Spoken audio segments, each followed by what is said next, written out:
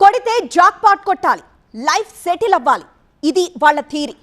Like minded అంతా ముఠాగా జతకట్టి మారణాయుధాలు పట్టుకొని బయలువెళ్లారు. నగల షాప్కి స్పాట్ పెట్టి లూటీ చేశారు.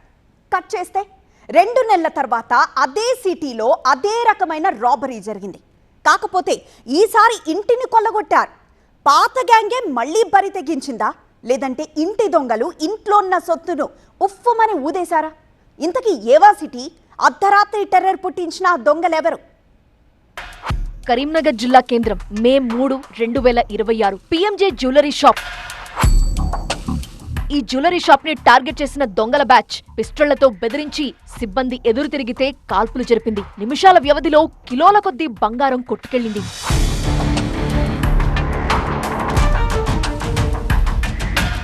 ఈ దోపిడీ సీన్ వ్యాపార వర్గాలని కాదు, సామాన్య జనాన్ని సైతం షేక్ చేసింది.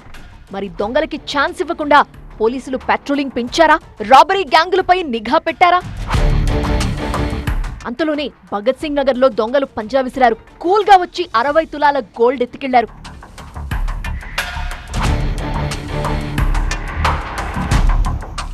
అజ్మత్ అలీ తన భార్య పిల్లలతో కలిసి ఫస్ట్ ఫ్లోర్ లో ఇదే ఇంట్లో ఉంటున్నారు. రాత్రి ఎప్పట్లానే బయట ఉన్న లైట్ స్విచ్ ఆఫ్ చేసి ఇంట్లోకి వెళ్లాడు. ఆ టైం కోసమే కాచు కూర్చున్న దొంగలు మెరుపు వేగంతో ఇంట్లోకి చొరబడ్డారు. తుపాకులు, కత్తులతో బెదిరించి బీరువా తాళాలు లాక్కున్నారు. ఇంట్లో ఉన్న వాళ్ళందరి చేతులు కాళ్లు కట్టేశారు. అరవకుండా నోట్లో గుడ్డలు కుక్కేశారు. ఆపై నేరుగా బీరువా ఉన్న రూమ్ లాక్ ఓపెన్ చేశారు. అందులో ఉన్న 20 లక్షల క్యాష్, 60 తులాల బంగారు నగలు తీసుకుని వెళ్లిపోయారు.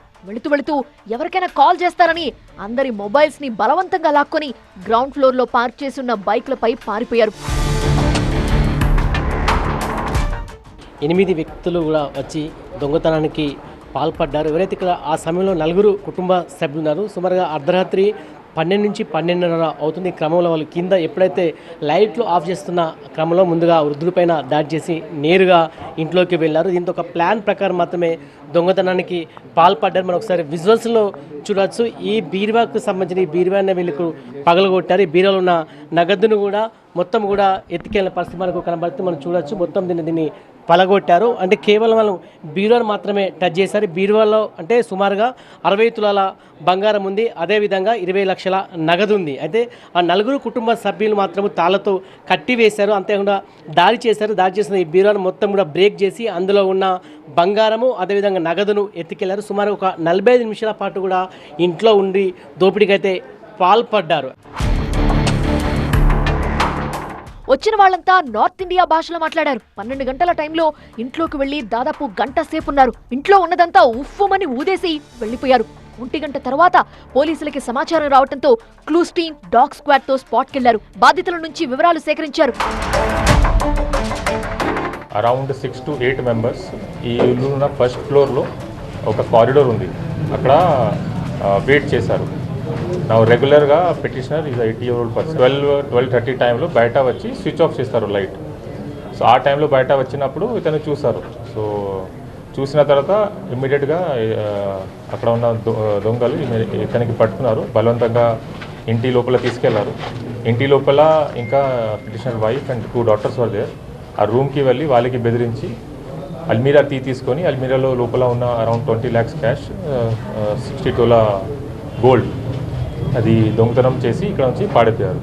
కింద 2 బైక్స్ ఉన్నాయి, బిలాంగింగ్ టు నేబర్స్. ఆ బైక్స్ కూడా బైక్ మీద తీసుకెళ్లారు. ముందుగా మీరట్కి చెందిన దొంగల పని అని అనుమానించారు. అయితే సీన్ ఆఫ్ అఫెన్స్ చూస్తే అయిన వాళ్లే పక్కా ప్లాన్డ్ గా దోపిడీకి తెగించినట్టు పోలీసులు ప్రాథమికంగా నిర్ధారణకొచ్చారు. బాధిత కుటుంబం పెద్దల్లుడితో పాటు పెద్ద మనవడిపై డౌట్ పట్టడంతో ఆ దిశగా కూపీలాగుతున్నారు.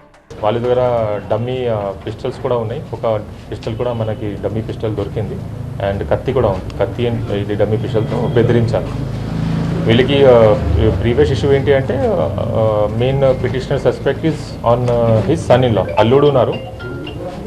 అందరికీ నేటివ్ మేరట్ నేటివ్, కానీ ఇక్కడ సెటిల్ అయ్యారు. అల్లుడు కూడా మేరట్లో ఉన్నారు. మేరట్ నేటివ్ ఉన్నారు. అక్కడ నుంచి ఇక్కడ 1 year క్రితం ఇక్కడ వచ్చారు బిజినెస్ కోసం. కానీ మళ్ళీ లాస్ట్ మంత్ ఏమైనా గొడవ అయింది వాళ్ళ మధ్య, మళ్ళీ ఇక్కడ నుంచి వెళ్ళిపోయారు. అతని మీద అక్కడ పాత murder case and 2 arms act cases కూడా ఉన్నాయి as per petition information.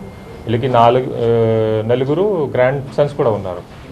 So petitioner's son in law అల్లుడు అండ్ ఒక పెద్ద గ్రాండ్ సన్ మీద కూడా వీళ్ళకి డౌట్ ఉంది. సో ఎనీవేస్ మేము ఎవిడెన్స్ మనకి ఏమేమి ఉన్నాయి దాని ప్రకారం వెళ్తాము. అజ్మత్ అలీ రాత్రి లైట్ ఆఫ్ చేయగానే దొంగలు లోపలికి దూరటమేంటి, నేరుగా బీరువా ఉన్న రూమ్ లోకే వెళ్లటమేంటి, అందులో ఉన్న నగలు మాత్రమే తీసుకురావడమేంటి, ఇదంతా చూస్తుంటే బాగా తెలిసిన వాళ్లే ఈ పని చేస్తుంటారు అనే అనుమానాలు వ్యక్తమవుతున్నాయి. ఒకవేళ దొంగల ముఠా అయితే కిందున్న ఫ్లోర్ ని వదిలి నేరుగా పైకి ఎలా వెళ్తుంది? కిందన చోరీ చేసి అప్పుడు కదా పైకి వెళ్ళాలి. కానీ ఇక్కడ అలా జరగలేదు. ఈ ఇల్లు మాదే, ఈ ఇంట్లో ఉండేది వృద్ధులు, మహిళలే, ఈ ఇంట్లో ఉన్న సొత్తు మాదే అన్నట్టుగా దోచుకెళ్లారు. నో డౌట్ దోపిడీ అయిన వాళ్ల పని. మరి వాళ్ళెక్కడ? సిటీలోనే తలదాచుకున్నారా? రాత్రికి రాత్రే పక్క రాష్ట్రానికి వెళ్లిపోయారా? ఇప్పటికే ఓ పోలీస్ బృందం మీరట్కి వెళ్లిపోగా మరో 2 టీంలు లోకల్ దొంగల కోసం సెర్చ్ చేస్తున్నాయి. ములుగు జిల్లా వెంకటాపురం మండల కేంద్రంలో ఓ దొంగోడు 2 షాపుల్లోకి దూరాడు. కంటికి కనిపించిన సొత్తుని సంచిలో మూటగట్టుకున్నాడు. వెళుతూ కూల్ గా డ్రింక్ తాగి సైలెంట్ గా చెక్కేశాడు. ఈ దృశ్యాలు సీసీ కెమెరాలో రికార్డ్ అయ్యాయి. గోల్డ్ ధర పెరిగిన తర్వాత దొంగలు రూట్ మార్చారు. తులం బంగారం దొరికినా చాలు లక్పత్తులు కావచ్చు అనే ఆశతో చోరీలకి తెగిస్తున్నారు. కరీంనగర్, వరంగల్లోనే కాదు ఎక్కడో చోట దొంగతనాలు జరుగుతూనే ఉన్నాయి. పోలీసులు మాత్రం దొంగల భరతం పడతామంటూనే ఇంట్లో వృద్ధులుంటే తోడుగా ఉండాలని సజెస్ట్ చేస్తున్నారు. ఇక కరీంనగర్లో బ్యాక్ టు బ్యాక్ జరుగుతున్న భారీ దోపిడీలతో స్థానిక జనం భయంతో వణికిపోతున్నారు.